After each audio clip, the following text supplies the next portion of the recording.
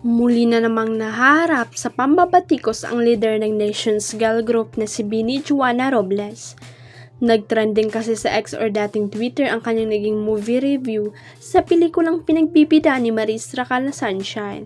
Isa kasi si Juana sa mga personal na pumila at nanood kasama ang kanyang mami para magbigay suporta kina Maris at sa direktor ng pelikulang si Direk Antoinette Charuan. Just finished watching Sunshine. A must-watch movie. Congrats po Direk Antoinette Charuan and thank you po for sharing this movie to everyone. Kailangan to lalo na ng generation namin, baka bet mo. And to Ate at Maris Stellar, napakausay niyo po, you gave your whole heart to the role. I love how it tackled mental health, na kapag yan na yung tinitira ang lakas-lakas na ng loob natin gumawa ng mga bagay na ikapapahamak natin.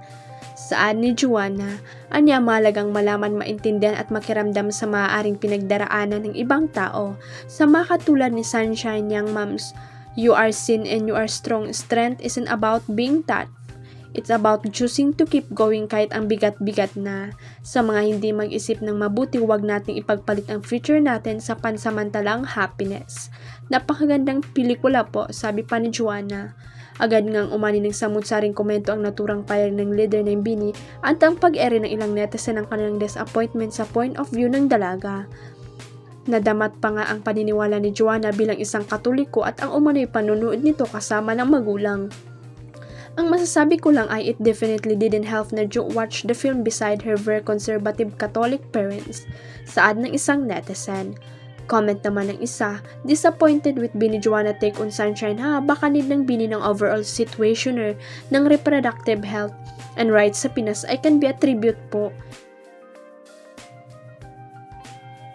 Comment naman ng isa, disappointed with Bini Juana take on Sunshine. Baka need ng Bini ng overall situationer ng reproductive health and rights sa Pinas ay can be a tribute po. Though sana naintindihan talaga niya yung movie and sana nag-ingat lang siya. I don't know, halatang anti-abortion yung stance. True gets naman if hesitant siya maging upfront on sex combos or even abortion, pero sana may acknowledgement na tama ginawa ni Sunshine. The whole IG story scream pro-life nga, parang di lang tumagos yung point ng story, sabi naman ng isa. Samantala nakarating naman sa kaalaman ni Juana ang kanyang pag-trending sa X. I appreciate the constructive feedback po. If my choice of words and how I posted Sunshine experience came across differently than I intended, I sincerely apologize po. What I hope to emphasize was the weight of societal pressure, how crucial support system are, and how access to proper education can empower people to make informed, safe decision for themselves, whatever those decision may be, sabi ni Juana. Naintindihan naman niya na hindi niya na-capture sa kanyang post ang nais umanong ipahiwating ng pelikula, kaya humihingi siya ng paumanuin. It was a good movie, definitely worth watching, and I'm always open to thoughtful discussion and learning from different perspective. Thank you everyone, sabi pa ni Juana. Totoo nga, kaya ang chika na may something na namamagitan sa actress at host na si Atasha Mulak at sa anak ni Ramon Ang na si Jacob Ang? Iyan ang tanong ng mga supporter ni Atasha matapos mapansin ang pag-share ni Jacob o kilala rin sa tawag ni Jake sa social media last June 15, 2025 ang trailer ng Viva One series ng dalaga na Virgin News. Mapapansin nakafollow sa isa't isa sina Atasha at Jacob sa Instagram. Nirepost ng ilang netizens sa TikTok ang Instagram story ni Jacob na kanilang na-screenshot. Sa caption ng uploader, nagtanong ito kung si Jacob ba ang sinasabing rumored boyfriend ni Atasha. Fairness, kilig-kiligan naman ang mga fans ng anak ni Aga at Charlene at nagsabi pang approve sa kanila sakali mang totoong magjowa na ang dalawa.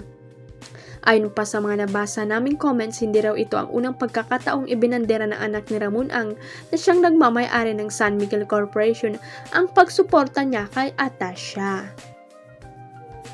Ayon sa isang netizen, very consistent yan siya mag-share sa IG story.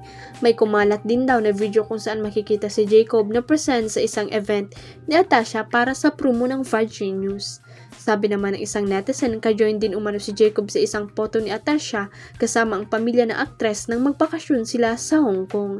Mismong si Aga pa raw ang nag-post ng naturang picture sa social media, pero ang plot twist, binura raw agad ito ng award-winning actor. Nilike rin ni Atasha ang mga IG post ni Jacob pati na ang kakambal niyang si Andres Mulak, kaya mukhang close talaga si Jacob sa pamilya Mulak. Huwag kalimutang i-click ang subscribe button at i-ring ang notification bell para sa latest at legit chika updates.